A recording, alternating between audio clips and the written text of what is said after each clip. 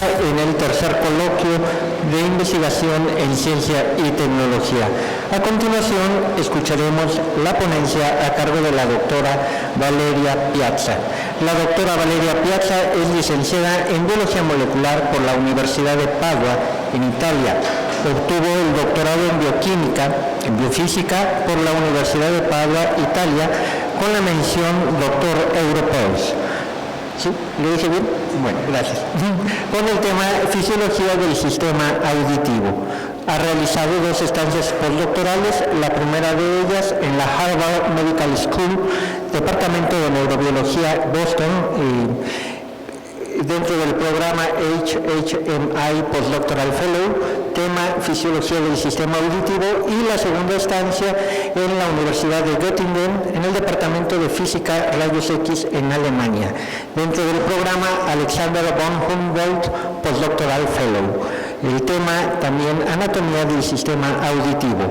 Trabaja en el Centro de Investigaciones en Óptica desde marzo de 2015 y está coordinando la construcción y el equipamiento de un laboratorio de preparación de muestras biológicas para el área de biofotónica del mismo centro.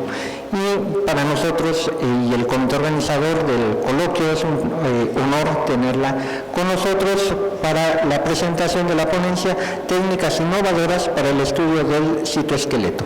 Con ustedes la doctora Valeria Piazza. Hola, buenas tardes. Muchas gracias para su invitación. Como ya he introducido, quiero hoy presentarle algunas técnicas innovadoras para el estudio del citoesqueleto. Entonces estamos hablando de células, eso es mi background, yo soy bióloga, pero voy a hablar de algunas técnicas innovadoras, algunas que ya he utilizado y algunas que planeo utilizar en el próximo futuro, ya estoy utilizando. Como ven en esta pantalla, puse aquí imágenes del citoesqueleto, del típico citoesqueleto de actina en células en cultivo, en el citoesqueleto de tubulina. Voy a hablar de esos 2 específicos tipos de citoesqueleto.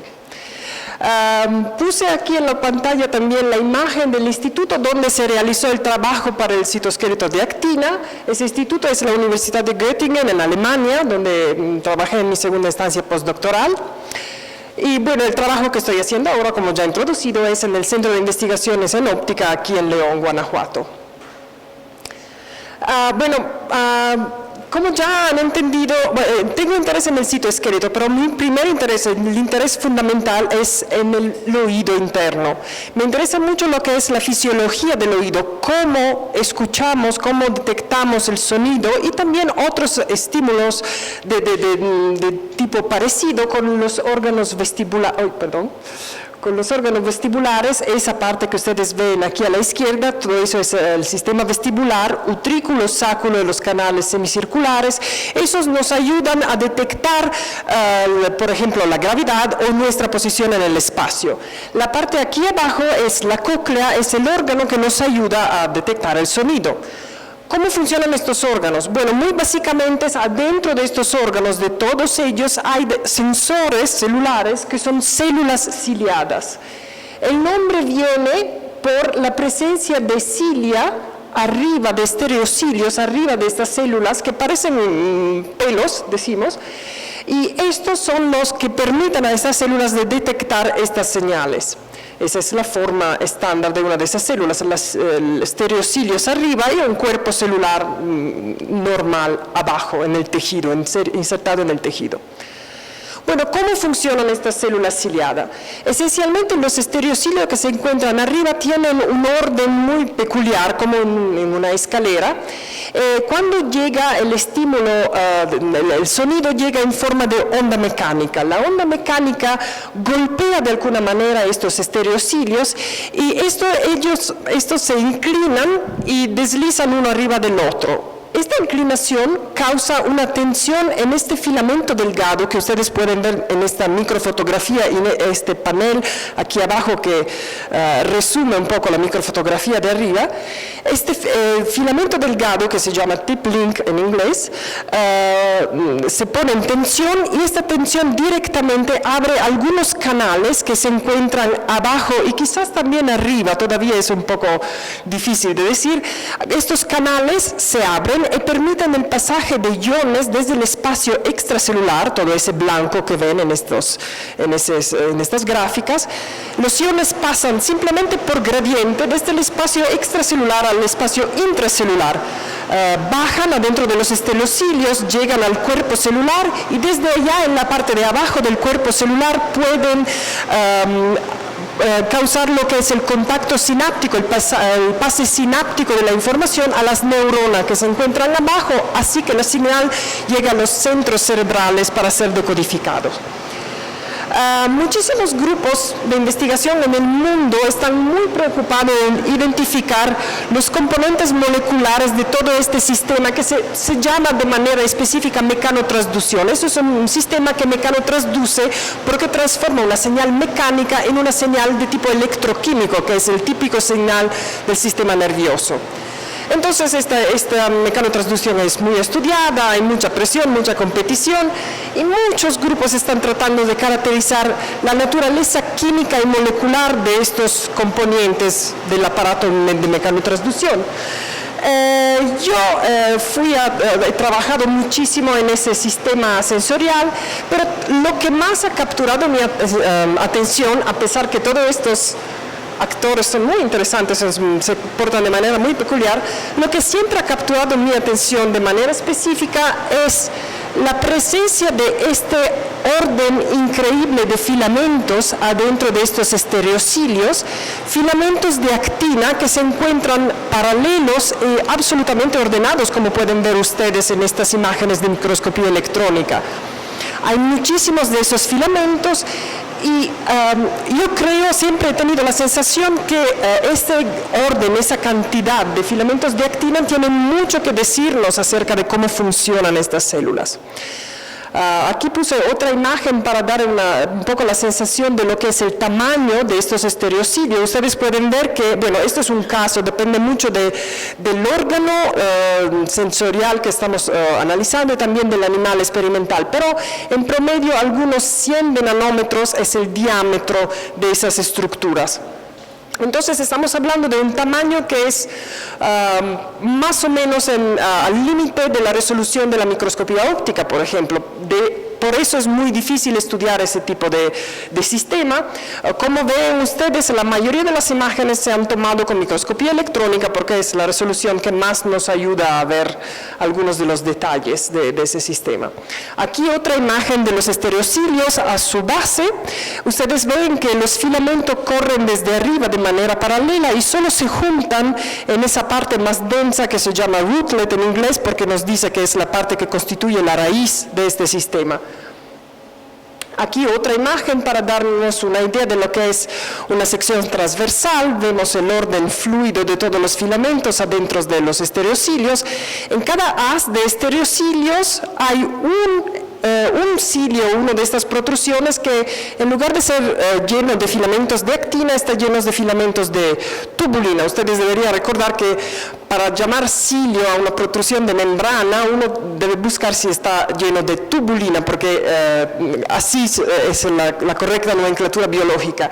De verdad, estereocilio es un nombre que deriva de un error histórico que fue identificado al principio. Cuando vieron estos pelitos, le dieron nombre de cilios, aún si deberían ser llamados villi correctamente, pero bueno, eso es un detalle histórico.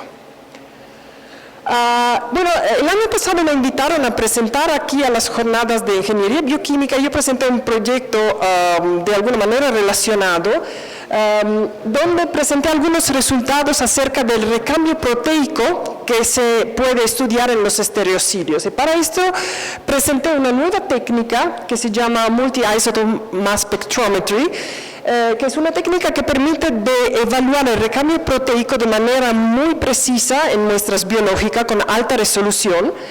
Y presenté estos resultados que son absolutamente innovadores porque nos permiten apreciar con resoluciones casi nanométricas dónde y cuánto recambio proteico hay en muestras biológicas. Esto solamente gracias al utilizo de animales modelos y y isótopos estables que pueden ser suministrados a los animales en su dieta, y el investigador puede seguir en el tiempo cómo se incorpora el isótopo estable en los tejidos del animal. Y aquí, para resumir de manera rápida lo que vimos, podemos apreciar cómo los estereocilios, basado en la escala que tenemos aquí al lado con los colores fríos, los azules, mínima incorporación, en los colores rojos, rosa, máxima incorporación, vemos que hay una muy limitada incorporación del isótopo estable en los estereocilios, con la excepción de la puntita aquí, comparado, por ejemplo, con lo que es el cuerpo celular. Entonces, con esa técnica hemos podido por primera vez definir que en estas estructuras hay muy poco recambio proteico. Y eso es un poco en contradicción con la que podría ser la idea de la funcionalidad de esas estructuras, porque si ustedes piensan, en ese momento sus células ciliadas en sus oídos están trabajando como locas, están vibrando muchísimo, y eso dura para toda la vida del humano, porque nosotros tenemos células ciliadas desde el nacimiento hasta la muerte, y no hay recambio de células ciliadas. Cuando se mueren las perdimos, nos volvemos sordos. Entonces son células que tienen un trabajo mecánico enorme. Entonces es automático pensar que debe haber algún sistema para el recambio, por lo menos de algunas componentes en estos sistemas mecánicos así bajo esfuerzo, decimos. Pero parece que no hay mucho recambio proteico, o que el recambio proteico es muy, muy lento. Por supuesto, era una técnica novedosa, inventada en el mismo, decimos, en proyecto que podemos publicar aquí. Tuvimos que hacer muchos otros experimentos con técnicas mucho más convencionales para convencer a la gente del funcionamiento real de esa técnica. Entonces hicimos muchos otros experimentos con microscopía confocal, en ese caso con células vivas, time-lapse de células vivas, células con marcadores fluorescentes. En ese caso trazamos una línea, blanqueamos una línea en haces de estereocilios en utrículos de ratones recién nacidos, y seguimos en el tiempo cómo se movía cómo se movía esa línea de blanqueada, decimos, y como pueden ver es muy fácil interpretar esta gráfica aquí a la derecha. Prácticamente no hay movimiento en el tiempo examinado, que es más o menos una semana.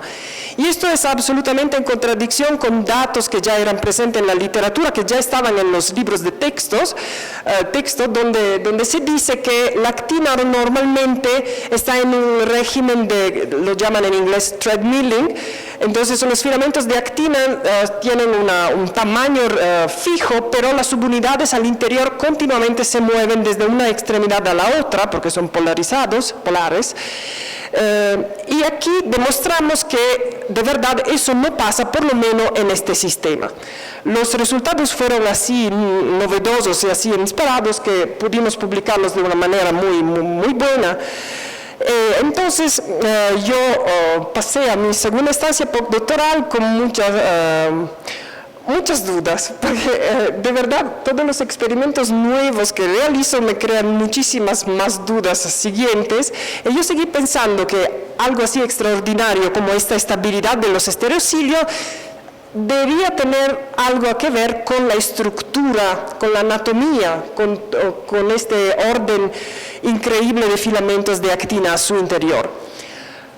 Me gustaría tener informaciones muy precisas de lo que es la estructura de los filamentos y cómo están organizados. Aquí vemos los filamentos paralelos. Ustedes tienen que considerar que no es posible visualizarlos, pero hay muchísimas otras proteínas aquí adentro que funcionan para ligar estos filamentos entre ellos, se llaman cross-linkers.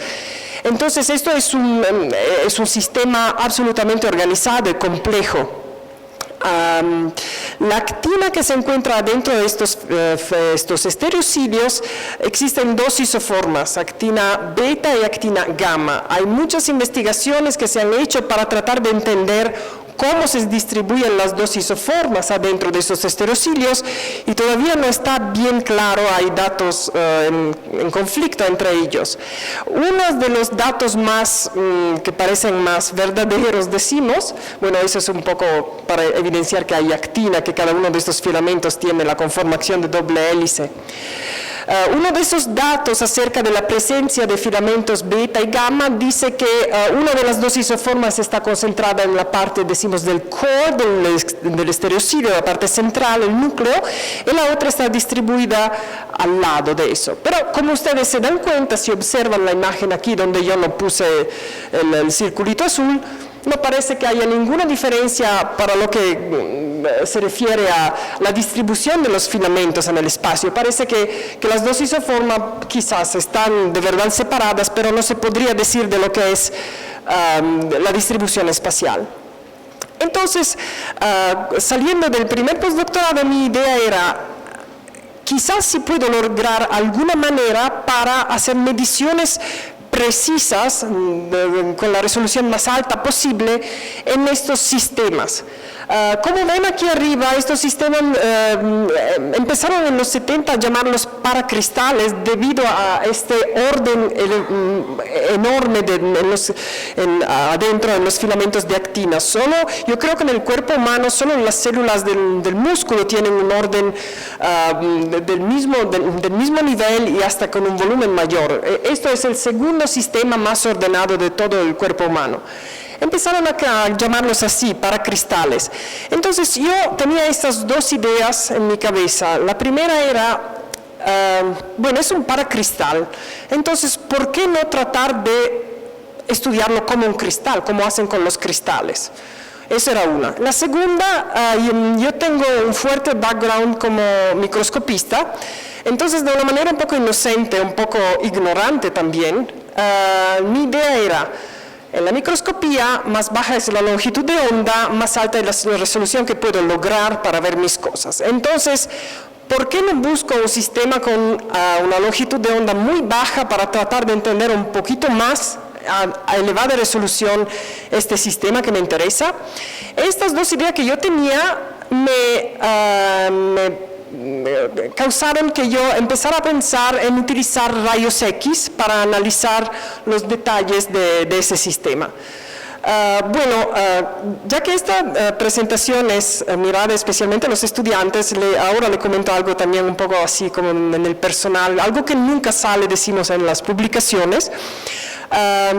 No fue solamente eso, yo tenía también la idea de contactar a un grupo para la microscopía de ultra resolución, y gracias al hecho que en Göttingen había dos oportunidades fantásticas para hacer las dos investigaciones al mismo tiempo, decidí irme por allá y tuve la oportunidad de la suerte que me aceptaron para hacer esta investigación. Entonces, bueno, contacté al grupo de Stefan Hell, que probablemente ustedes ya conocen, ya que ahora es súper popular. Pude trabajar un poco con experimentos de STED en ese sistema de ultra resolución, y al mismo tiempo contacté a un grupo, bueno, dos grupos de verdad, que son considerados pioneros en el utilizo de rayos X en muestras biológicas. Entonces, con ellos pude empezar a pensar un poquito a un arreglo experimental para tratar de utilizar este tipo de onda electromagnética, decimos, para analizar mis muestras. Por supuesto, ellos me educaron un poquito, inmediatamente me dijeron que no había manera de hacer microscopía con rayos X, porque aun si la longitud de onda es ideal, los rayos X no funcionan muy bien con lentes, pero lo que sí se debía tratar de hacer era difracción de rayos X con esa muestra. Bueno, ellos son exactamente pioneros en eso. La difracción de rayos X es muy utilizada para estudiar cristales cristales químicos, inorgánicos, decimos, pero tiene muy mínima aplicación en lo que es el biológico, por varias razones. Y también para algunas limitaciones tecnológicas. La suerte me ha permitido de llegar a colaborar con este grupo cuando la tecnología ha podido permitir, decimos, algunos desarrollos que han permitido, decimos, diseñar algunos experimentos, y ahora voy a presentarle lo que son los resultados de esos experimentos aquí.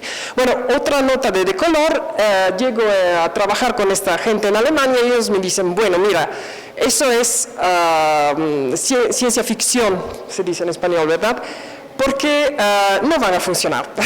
Pero decimos ya, qué bueno que tienes a la otra parte del proyecto que vas a hacer STED, eso sí te va a funcionar, vas a publicar muy bien. Nuestro proyecto no va a funcionar, pero sí, ya démosle, es bueno probar, es bueno darle una prueba, pero no tener ninguna ilusión, eso no va a funcionar. Bueno, lo que pasó fue el contrario, como siempre pasa, el opuesto. STED por varias razones técnicas no pudo completarse por lo menos, y sí, de manera absolutamente inesperada, logramos obtener resultados que nunca se podrían imaginar con esa técnica. Bueno, primero, una parte bastante difícil de este trabajo fue la preparación de la muestra de estereocilios. Ustedes ven aquí en ese panel cómo se ve con microscopía electrónica de escansión la superficie de uno de los órganos del oído, que esto es un utrículo de ratón neonato, eso creo que sea como P2. Y lo que yo tuve que hacer fue extraer el utrículo de animales recién nacidos, tomarlo manualmente abajo de un estereomicroscopio y utilizar una técnica que le dicen stamping, que ven aquí representada. Entonces utilizar como, pegar ese utrículo que yo tenía con mis manos, pegarlo de manera muy controlada en un soporte, que es esta parte que ven en gris aquí abajo. De esa manera los estereocilios se podían pegar en el soporte mismo que yo habría utilizado después para hacer los experimentos con los rayos X. En la etapa sucesiva, lo que yo hice fue de teñir los estereocilios con un colorante fluorescente, con un dye, de manera de poderlos mapar, de tener más facilidad en verlos. Esto es un microscopio normal de campo claro, para hacer un mapa, para realizar un mapa del soporte que se iba a utilizar después para los experimentos de rayos X. Bueno, ¿por qué hacemos esto? Porque es mucho más complicado tener el órgano completo y hacer el experimento de rayos X de esa manera, en transmisión, pasando por todo el tejido. Bueno, el tejido hasta tiene más de una capa, como se ve aquí, tiene 2 o 3. Entonces, era mucho mejor tratar de crear una muestra limpia, una muestra donde lo que se examina, lo que se analiza es simplemente lo que se quiere ver, en lugar de tener todo el cuerpo celular con organelos, otras proteínas, que habría creado mucho más ruido experimental. Entonces, de esa manera aislamos simplemente la componente celular que nos interesaba más. Esa es otra cosa interesante. Los sustratos que hemos considerado para hacer los experimentos de rayos X son mylar, Kapton, creo que se diga nitruro de silicio. Bueno, yo no conocía ninguno de ellos antes de llegar, pero me explicaron que son los más estándar para experimentos de rayos X. Yo entonces empecé con estos dos porque son relativamente más económicos, pero no funcionaron para nada para aplicar esa técnica, por la razón que eran demasiado irregulares para el tamaño mismo de las estructuras que yo quería ver. No había ninguna manera de ver mis estructuras en un microscopio óptico para saber dónde direccionar después el haz de rayos X. Entonces, esa etapa de realizar el mapa era fundamental para nosotros, para saber después dónde puntar, como estoy puntando yo ahora. El láser tenía que ser direccionado correctamente el haz de rayos X. Entonces, era fundamental para nosotros poder visualizar los estereocilios en el soporte. Esta visualización fue posible solamente con nitruro de silicio. Son ventanas comerciales, estas que ustedes pueden ver así, son cuadradas, rectangulares. El tamaño de la ventana más delgada, que sería esa parte que ven aquí abajo, cada uno puede comprarlo como quiere, van de algunos milímetros, medio milímetro, algo así. Y también el espesor de la ventana aquí, hay varios espesores que pueden vender. Más delgado es el espesor, mejor es la visualización de la transmitancia, decimos, para los rayos X. Otra cosa, aquí se descompuso un poco la cosa, entonces Mylar y Kapton no pudimos utilizarlo, pero las ventanas de nitruro de silicio sí funcionaron. Tienen un inconveniente que son carísimas y además son muy delicadas, y con eso de esa técnica de stamping yo rompía cada vez varias ventanas tratando de poner los estereocilios arriba de ellas, pero bueno, eso fue algo que tuvimos que soportar, algún inconveniente que tuvimos que dejar, decimos. Esa imagen se refiere a lo que es el aspecto a un poquito más alta resolución de los estereocilios. Esa es simplemente una laminilla que preparé, pero con el mismo sistema que vemos aquí, con stamping. Entonces esa es la forma. Ustedes pueden ver que aquí prácticamente hay simplemente estereocilios y vidrio. Entonces es una preparación bastante pura, bastante limpia de lo que uno quiere, en mi caso yo quería analizar. Esta otra imagen nos deja apreciar que más que esta, decimos, nos deja apreciar que es una preparación limpia, porque aquí en verde es evidenciado actina, entonces ustedes ven los estereocilios con actina, y en rojo ven los cilios que contienen tubulina, que tienen un nombre diferente, se llaman quinocilios. Entonces ven que eso prácticamente es el único contaminante de esta preparación. Eso era muy útil para nosotros de conocer adelante, para poder interpretar los datos que salían de los experimentos de rayos X. Los contaminantes son de toda manera en cantidad más inferior que los estereocilios verdaderos. Bueno, la organización experimental, tenemos un haz de rayos X que llega y pasa. Este es el plan de donde está la muestra. Aquí, desafortunadamente, uno tiene que tratar de minimizar lo que son algunos inconvenientes logísticos de cómo posiciona la muestra respecto a la dirección de cómo llegan los rayos X. Entonces hay varios ángulos que uno tiene que minimizar, que serían la inclinación de la muestra respecto a los rayos X y la rotación de la muestra. Lo que uno obtiene es un rayo esparcido, que es lo que va a detectar de manera sucesiva en un detector. Aquí abajo vemos un poco una representación de lo que es mi muestra experimental. Nos dice que el tamaño es de algunas micras, mientras que el diámetro de cada uno de los estereocilios, como he dicho antes, es de 200-300 nanómetros. Hay un ángulo más que es imposible conocer, que es el ángulo de rotación del estereocilio en su haz. Y aquí, como último, nos habla de los que son los tamaños de las doble hélices de actina adentro de uno de los estereocilios. Bueno, ¿cómo se hacen, o mejor, dónde se hacen estos experimentos? Para el tipo de rayos X necesario no se puede realizar en un laboratorio cualquiera, uno necesita una fuente de rayos X muy intensa, entonces es necesario ir a trabajar en los sincrotrones para hacer estos experimentos. Para eso empezamos una vuelta europea, en ese caso, de los sincrotrones que tenían las características ideales para este tipo de experimentos. Si algunos de ustedes hacen ese tipo de experimentos, saben que para tener acceso a los sincrotrones uno tiene que pasar todo un proceso de escritura de solicitudes. Las solicitudes son como un proyecto, ese proyecto viene aprobado o no aprobado, y aún si te lo aprueban, a veces te dicen, bueno, si te lo apruebo, pero tú me propones una semana de trabajo, yo te permito de trabajar 2 días. Entonces uno tiene que organizarse de manera de acorde a estas indicaciones. Me salté de una cosa. Eso es el aspecto de uno de los setup, del arreglo experimental, decimos, que se encuentran adentro de los sincrotrones para hacer ese tipo de experimentos. Aquí solo hay pocas cosas evidenciadas. Eso es el lugar donde se pone la muestra. Hay muchísimos piezoeléctricos que permiten de mover la muestra de manera absolutamente precisa a nivel de nanómetros.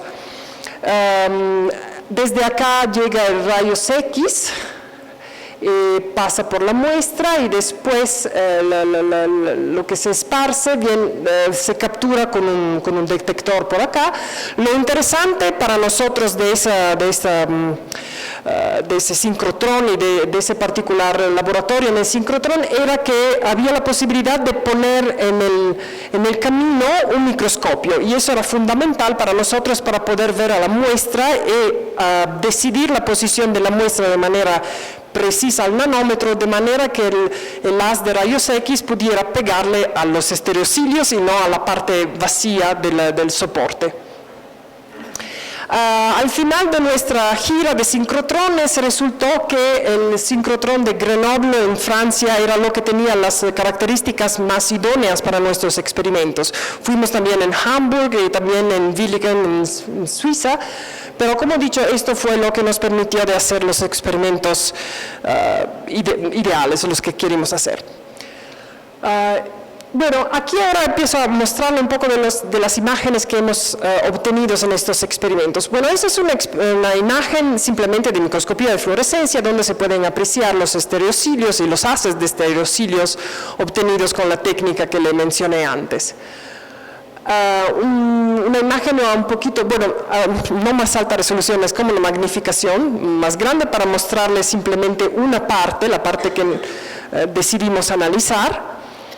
Y la correspondiente imagen de campo claro que tomamos, bueno, eso era más o menos lo que se podía ver en el sincrotrón, aun si allá las imágenes no eran así bonitas, estas las tomamos antes de viajar al sincrotrón, pero allá se lograba ver algo parecido a esto, allá no había microscopio de fluorescencia. Entonces, el tipo de imágenes que empezamos a ver después de poner nuestras muestras en el camino del haz de rayos X, el tipo de imagen era esto.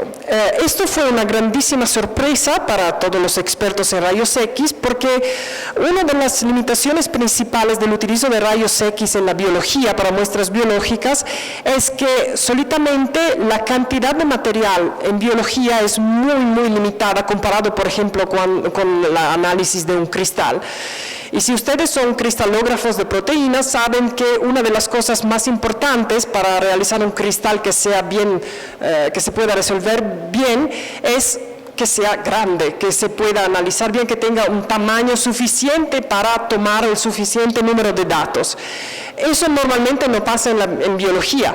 Además, con las muestras biológicas nativas, lo que falta es un orden cristalino. Bueno, en nuestro caso el orden cristalino casi estaba, decimos, había casi un orden cristalino, pero la cantidad de material aquí era muy limitada. Entonces, ya este primer resultado, esta es una imagen de campo oscuro, obtenida con difracción de rayos X, fue una grande sorpresa. La posibilidad de ver, aquí regreso para que puedan apreciar, bueno, la imagen de campo claro de verdad no tiene mucha resolución, pero eso nos muestra que la imagen de rayos X tiene una resolución bastante buena, nos da mucha información acerca de la que es la estructura de este haz de estereocilios y tiene varias estructuras que se pueden apreciar muy bien.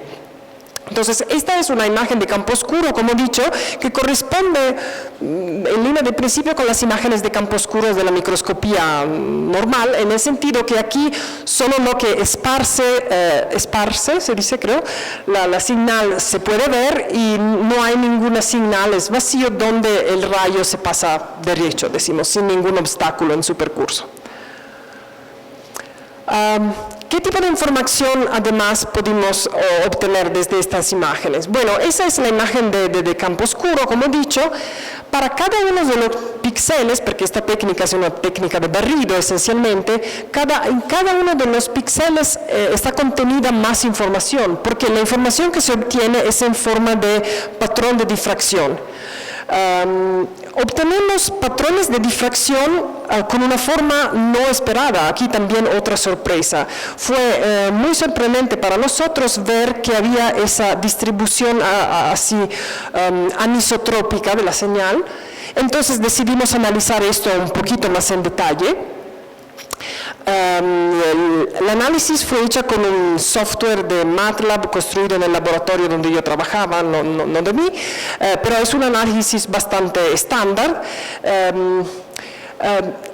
Hemos tratado de analizar esto con una elipse, analizar cómo se distribuye la intensidad de la señal, incluyéndola, aproximándola con una elipse. Analizamos entonces las características de esa elipse para entender bien cómo está distribuido el material que causa el esparcimiento en el espacio. Las características de la elipse son su excentricidad, entonces cuánto diferente es desde un círculo, y también el ángulo de inclinación, que nos dice cuánto, nos habla de su distribución en el espacio, su ángulo en el espacio. Entonces, aquí muy rápidamente, algunas etapas de esos análisis, hemos cancelado la contribución de los píxeles, creo que se diga muertos, y de los, no sé si se dice píxeles calientes, eso no lo he traducido porque me daba un poco pena, entonces lo dejé en inglés, pero los píxeles que están siempre prendidos en los experimentos, o los que nunca se prenden, y todos los otros píxeles que estaban como no regulares, lo hemos cancelado de manera artificial, y también pusimos en cero lo que es el beam stop, que es el obstáculo que se pone para simplemente cerrar la señal que viene directamente del haz de rayos X. Hemos reducido el noise, puesto un umbral para el noise, para el ruido, perdón, construido una imagen binaria de base a algunas convenciones, pusimos otra vez el beam stop porque salía que el análisis salía mejor para la computación si se ponía los valores del beam stop otra vez aquí, y al final construimos la elipse alrededor de la distribución de las intensidades. ¿Cuáles fueron los resultados de ese tipo de análisis?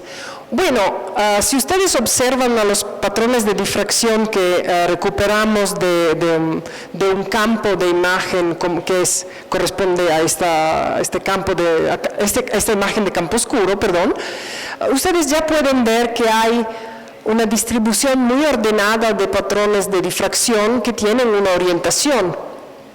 Entonces, si ahora yo sobrepongo el análisis para cada una de las elipses, ustedes pueden ver cómo los vectores que salen de ese análisis nos indican que al interior de esas estructuras que ya vemos visualmente con la imagen de campo oscuro, hay material que se direcciona muy precisamente, de manera muy homogénea, en esta dirección. Y nosotros sabemos que la dimensión mayor de los estereocilios es paralela a la dirección de distribución de los filamentos de actinas al interior. Bueno, otra cosa que nos sorprendió mucho, que al mismo tiempo nos dio un poco de pena al final, fue que se puede analizar aún más la señal obtenida en cada uno de los patrones de difracción. Bueno, esta imagen aquí en colores es la misma que vieron en blanco y negro antes, solo esa tiene una escala de color. Y aquí si se concentran hay un cuadrito y adentro hay la dirección del material en ese píxel de análisis. El patrón de difracción correspondiente a ese cuadrito es lo que ven ilustrado aquí. Nos sorprendió muchísimo que para los píxeles con mayor intensidad pudimos ver no solamente una señal que tenía una orientación específica, pero también tenía picos. Y eso es indicación de algo que tiene un orden muy pronunciado y que raramente se puede ver en ámbito biológico con muestras nativas como esta. Desafortunadamente, por eso digo que nos dio un poco pena, debido al problema de la fase que siempre hay en el análisis de rayos X, no fue posible reconstruir esos picos, la altura de esos, el análisis decimos de la altura de esos picos, reconducirla a un orden preciso adentro de los filamentos, adentro de los estereocilios. Pero yo tengo todavía el sueño que esto se pueda hacer con algún tipo de elaboración parecida a la que se hace con los cristales en cristalografía convencional. Entonces, en resumen de esa primera parte de la charla, nos dice que la nanodifracción de rayos X proponemos esa técnica como algo de viable, aún si un poco complicado, pero ya tenemos las bases para aplicar esta técnica a muestras biológicas, cosa que antes nunca se había sido y no se pensaba posible. La resolución estructural que permite esa técnica es muy elevada, y la otra cosa muy buena que no se pensaba posible era que las muestras, que normalmente son heterogéneas, no sufren por la aplicación de esa técnica. Las heterogeneidades en las muestras se mantienen, se pueden mantener por lo menos. Las muestras biológicas, eso es otra cosa muy importante, se pueden potencialmente analizar en forma nativa. Cosa que yo no he dicho antes es que para esa primera etapa del análisis decidimos liofilizar nuestros estereocilios después de ponerlos en estas ventanitas de nitruro de silicio, para que el manejo de las ventanitas fuera más sencillo, porque ya todo el experimento era normalmente complicado. Viajar a través de Europa con botellas y líquidos no habría sido muy fácil, menos hablando de animales. Entonces, como primera etapa decidimos liofilizar el material biológico, pero en el mismo grupo ya han hecho experimentos con otros sistemas después de estos, con células no liofilizadas. Primero las congelaron y después también las mantuvieron no congeladas en un entorno líquido. Entonces se pueden hacer experimentos de ese tipo, y eso es muy importante para la calidad de los datos experimentales que se obtienen de esos experimentos. Entonces, potencialmente en el futuro, yo espero que sean analizables sistemas moleculares en su entorno celular con esa técnica, entonces en estado hidratado y en cercanía de sus factores naturales. Si ustedes quieren ver un poquito más de detalles de lo que yo le he hablado ahora, encuentran todo en ese artículo donde se habla de estos resultados. La última cosa que quiero mencionarle es mi proyecto, uno de mis proyectos actuales donde estamos trabajando. El título, que no se ve muy bien, dice "La rata Tayeb, un modelo interesante". Bueno, tenemos a disposición este modelo animal. Son ratas que tienen una enfermedad, es un disturbio neurológico, y bueno, tienen muchos síntomas, epilepsia, tremor, tienen muchas cosas, pobres ratas, y fueron analizadas y caracterizadas bastantes en los años 80, primariamente hasta los 90.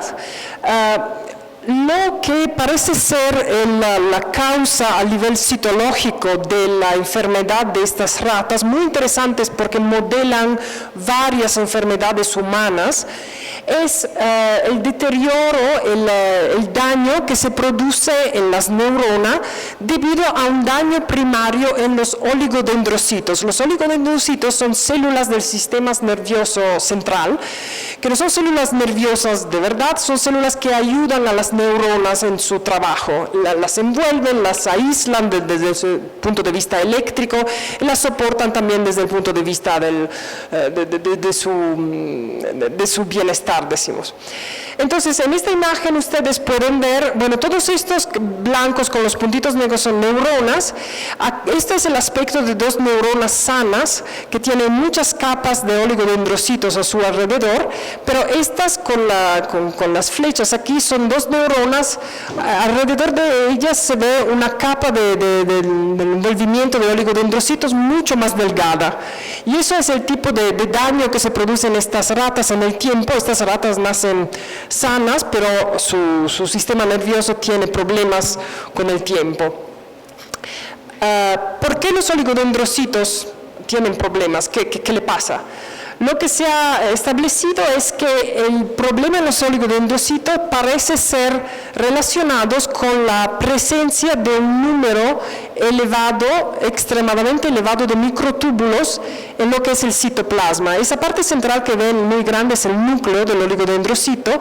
La mayoría del citoplasma está ocupada con microtúbulos en una cantidad anormal, y también se asocian de modo irregular con las cisternas del retículo endoplásmico liso. Esta presencia de microtúbulos parece ser la causa del daño en los oligodendrocitos, que después causa también daño en las neuronas. Yo quiero aplicar algunas técnicas relativamente nuevas o poco utilizadas en ese campo para el estudio de este sistema biológico, este sistema médico-biológico, decimos, con relevancia biomédica. El primero es, quiero utilizar algunas técnicas de óptica no lineal. Yo creo que muchos de ustedes están ya familiarizados con la microscopía de absorbimiento de dos fotones, de fluorescencia por absorbimiento de dos fotones, que es una de las técnicas de óptica no lineal quizás más populares.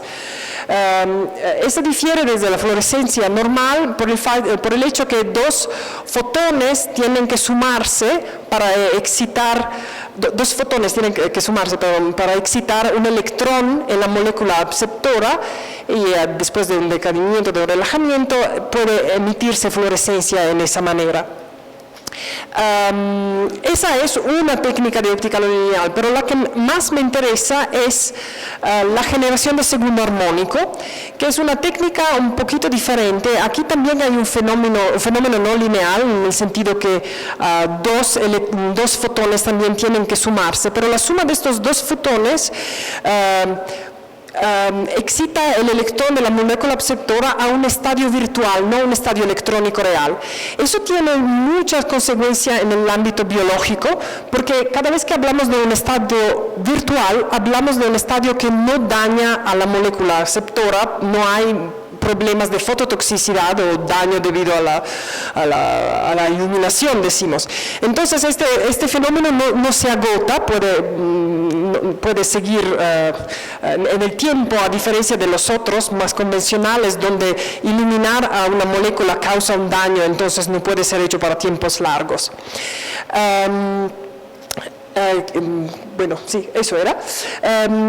Otra característica de la generación de segundo armónico es que esta técnica, para sus características físicas, tiene mucha sensibilidad, o mejor, las moléculas que tienen sensibilidad por la excitación de segundo armónico necesitan tener una organización geométrica muy elevada. Regresamos al punto de la organización geométrica.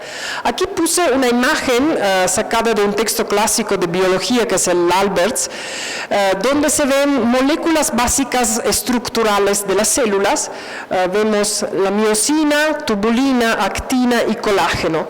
Resulta que para algunas razones físicas de simetría intrínsecas de esos polímeros, miosina sí, tubulina sí, actina no, y colágeno sí, pueden ser observados con microscopía por generación de segundo armónico.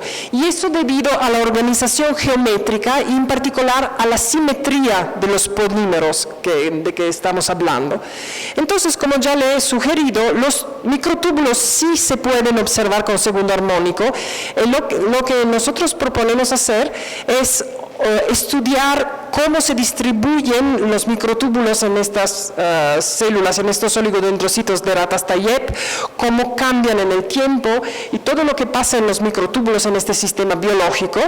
Puse aquí otra imagen tomada de otro artículo donde se puede apreciar, esto es un artículo que trabaja en otras problemáticas médicas, pero aquí como para correlacionar estos puntitos rojos que eran el interés de estos investigadores, pusieron en verde microtúbulos, imágenes de microtúbulos tomadas con microscopía de generación de segundo armónico. Entonces ustedes ven cómo se pueden visualizar muy bien los microtúbulos en las células gracias a este tipo de microscopía.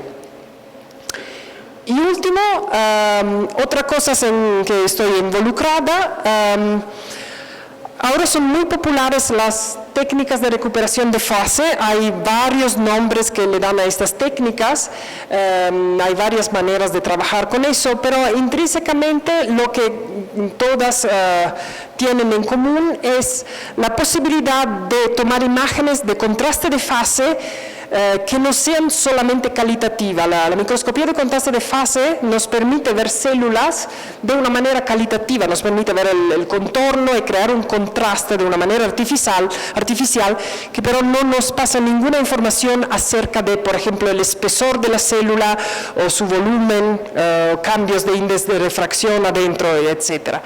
Con estas técnicas de recuperación de fases que unen un poco el contraste de fase a la holografía, lo que se puede hacer al final es recuperar la fase.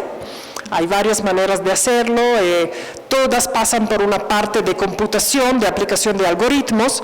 Lo que es necesario, lo básico desde el punto de vista de las imágenes, es tomar una imagen en focus de la célula o de lo que se quiere ver, una imagen de focus abajo y arriba del focus del microscópico, decimos, de la misma cantidad, o por lo menos de cantidades notas de nanómetros, y con eso, y gracias a varios algoritmos, se puede construir la mapa de fase, y eso permite utilizar muchísimas informaciones para construir lo que es el tamaño verdadero en Z de las células, y hasta, lo puse aquí, hay algunos cálculos, algunos algoritmos adicionales que permiten derivar lo que es la determinación de la masa seca de las células. Eso es un artículo antiguo del 52 que pero todavía citan muchísimos en los artículos del día de hoy. Es posible aplicar estos algoritmos para obtener una información acerca de cómo es la masa, de cuál es la masa de la célula. Y ustedes pueden entender que para mí o poder calcular la masa de la célula, en el caso de los oligodendrocitos de la rata Tayeb, es muy útil para ver cómo varía el contenido en microtúbulos, ya que se llenan completamente en microtúbulos. Yo quiero dar una estima cuantitativa de cómo aumentan en el tiempo los microtúbulos adentro de este sistema. Bueno, por supuesto, estamos en búsqueda de estudiantes de varios niveles, pero tienen que ser muy motivados para todos estos proyectos. Y aquí termina mi presentación. Simplemente quiero elencar lo que han sido mis colaboradores. Bueno, en el proyecto de rayos X en Alemania trabajé en los laboratorios de Sarah Köster en Team Saldit. Bueno, el profesor Moser nos apoyó por lo que eran los animales experimentales. Estos fueron los doctores que nos apoyaron en el sincrotrón en Grenoble.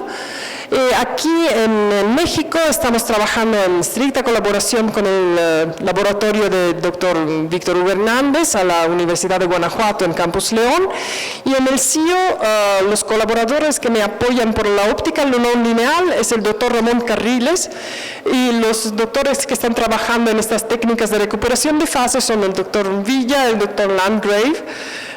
También tenemos una colaboración con la Universidad de Puebla para estas ratas Tayeb. Y creo que eso es todo. Gracias.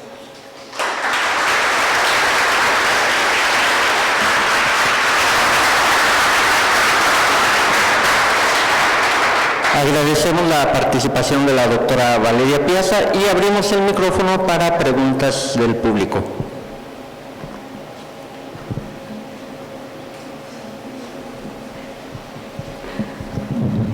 Bueno, vamos a ver si entendí la explicación. ¿Sí? Según entendí, lo que ustedes demostraron es que la técnica funciona y yo supongo que las células que estaban examinando eran células de ratas sanas, sí, que estaban sanas. Ajá. Entonces, bueno, ustedes encontraron que la técnica funciona, y entonces mi pregunta es si actualmente se utiliza ya para analizar células de ratas que no están sanas, o como que ha quedado un poco, bueno, se sabe que funciona, pero no se utiliza precisamente porque lo que nos explicabas, que es complicado, ¿no? Complicado llevar las muestras y debe ser caro, lleva tiempo. Entonces, ¿se utiliza la técnica o actualmente o no? Es muy buena pregunta. La verdad es que, bueno, esta investigación es una investigación básica. Yo siempre he trabajado con preguntas muy básicas, entonces a mí siempre me ha gustado entender cómo son hechas las cosas o cómo funcionan. Y eso era la idea para ese proyecto, entender la estructura, cómo está hecho de verdad adentro. Seguro esto tiene mucha relación, y en el campo de la fisiología del oído hay mucha presión para tratar de entender bien cuáles son los cambios morfológicos en las células ciliadas, también todo el órgano, en el caso de daño por ruido, por ejemplo, o otros tipos de daños que afectan a ese sistema. Seguro, si esa técnica se va, decimos, a utilizar más y más, si se resuelven algunos problemas técnicos que todavía afectan lo que es el utilizo eficiente de los recursos, de los materiales, etcétera, seguramente, bueno, también eso era una de las cosas que yo puse en las solicitudes también para utilizar los sincrotrones, para pedir dinero, también para obtener la beca en postdoctoral. La idea es que sería fantástico poder comparar los resultados de animales enfermos de algún tipo y animales sanos, cualquier tipo de enfermedad, porque hay muchísimas enfermedades, muchísimos tipos de sorderas genéticas que tienen, decimos, un efecto en la que es la citología de estas células, entonces decimos mutaciones en algunas proteínas del citoesqueleto de los estereocilios, o proteínas que ligan a los filamentos. Entonces todo eso potencialmente tiene repercusiones en la morfología, entonces todo eso potencialmente podría ser detectado con esa técnica. Al momento no se ha hecho, y de toda manera esa técnica no va a ser, por lo menos en estos años, algo que se pueda aplicar a la diagnóstica, porque un problema, una limitante del utilizo de rayos X con ese tipo de análisis así limitada, así chiquita, es la cantidad, la dosis de rayos X y el potencial daño que uno crea en las células para hacer el análisis. Pero bueno, hay todo un compromiso que uno tiene que hacer, un poco de daño, checar cuánto daño. Entonces, para el análisis de muestras extractas, no en animales vivos, todo eso es realizable. Gracias. ¿Alguna otra pregunta?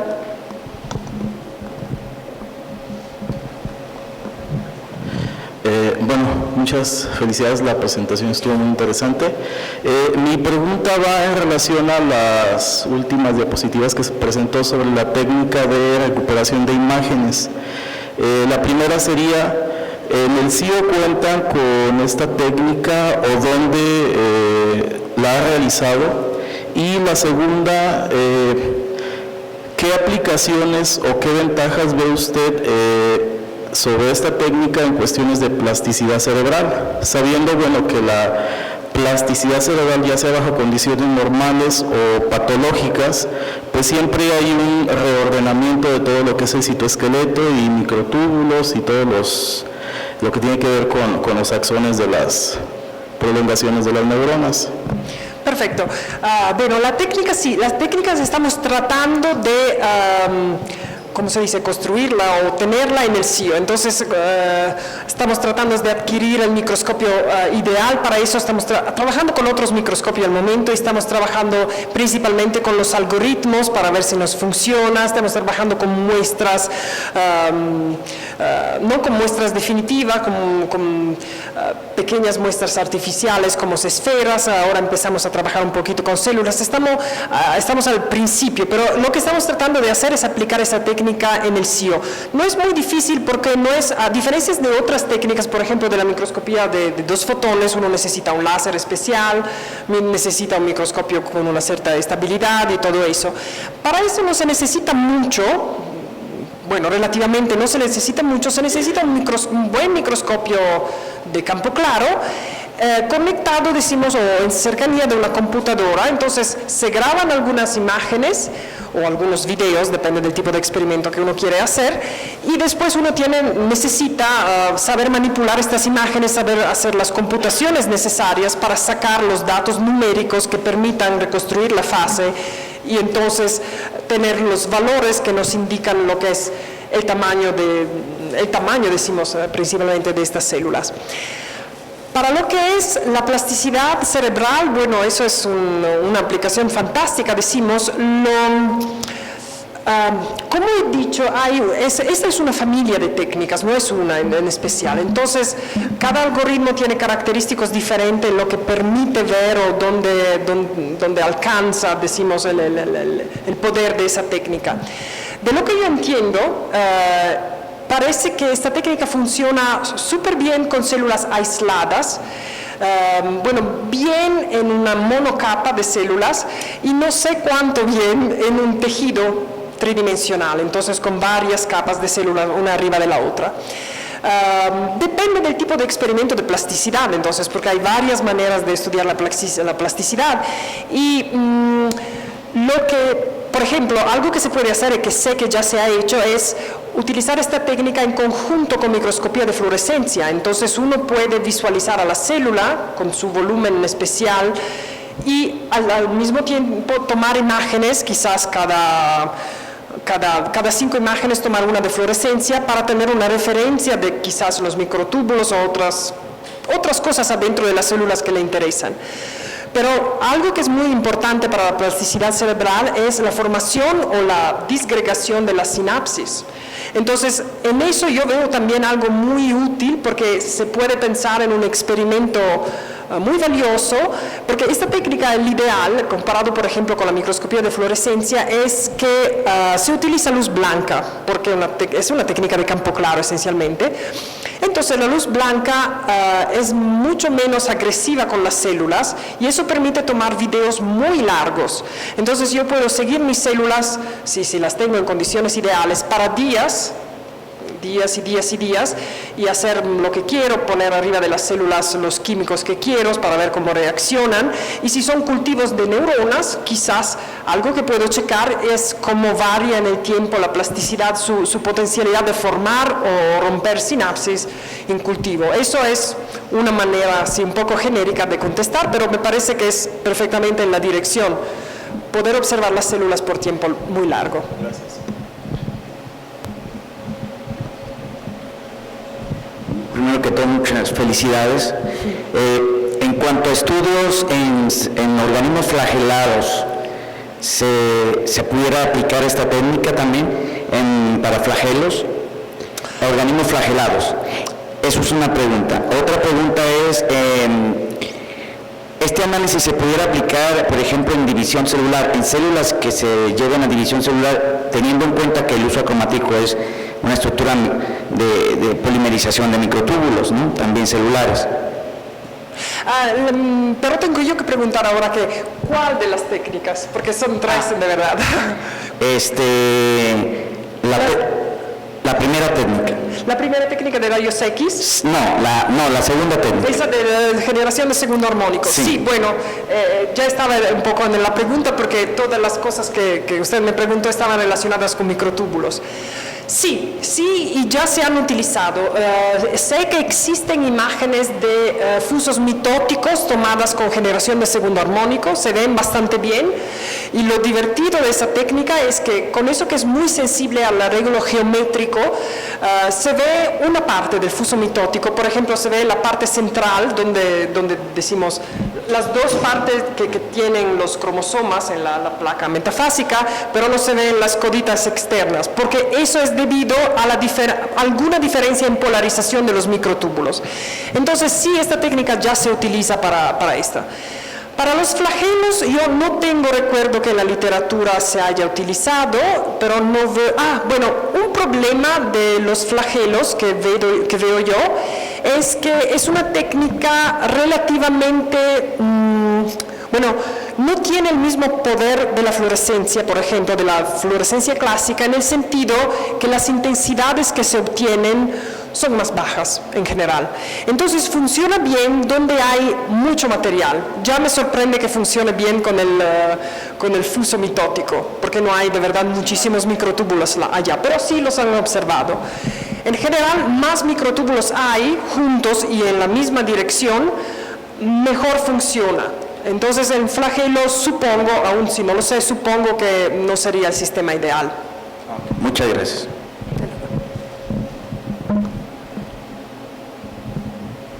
¿Alguna otra